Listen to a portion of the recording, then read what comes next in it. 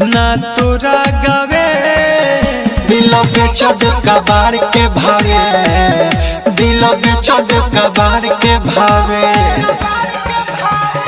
कह देबू केहू से केहू ना दिल लगावे। हाँ कह देबू केहू से केहू ना दिल लगावे।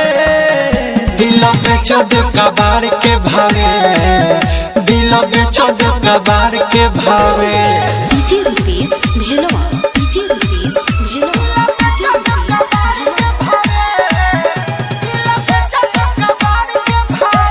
Aditya recording studio Gopalganj.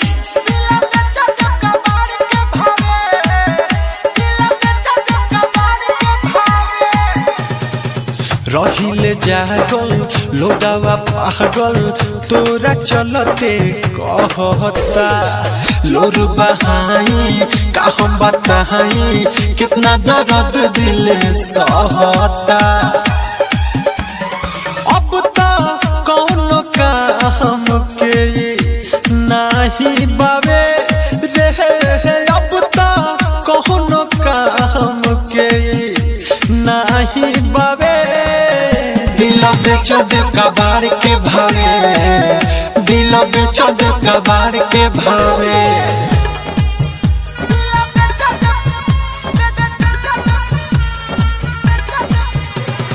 DJ Rupesh Bhelwa, DJ Rupesh Bhelwa, DJ Rupesh Bhelwa.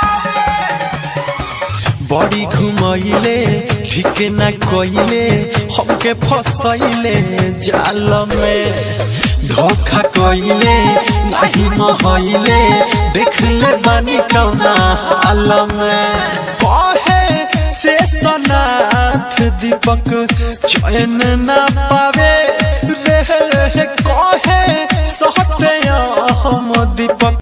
Brown background को सब्सक्राइब जरूर करें, साथ में घंटी भी दबा दें।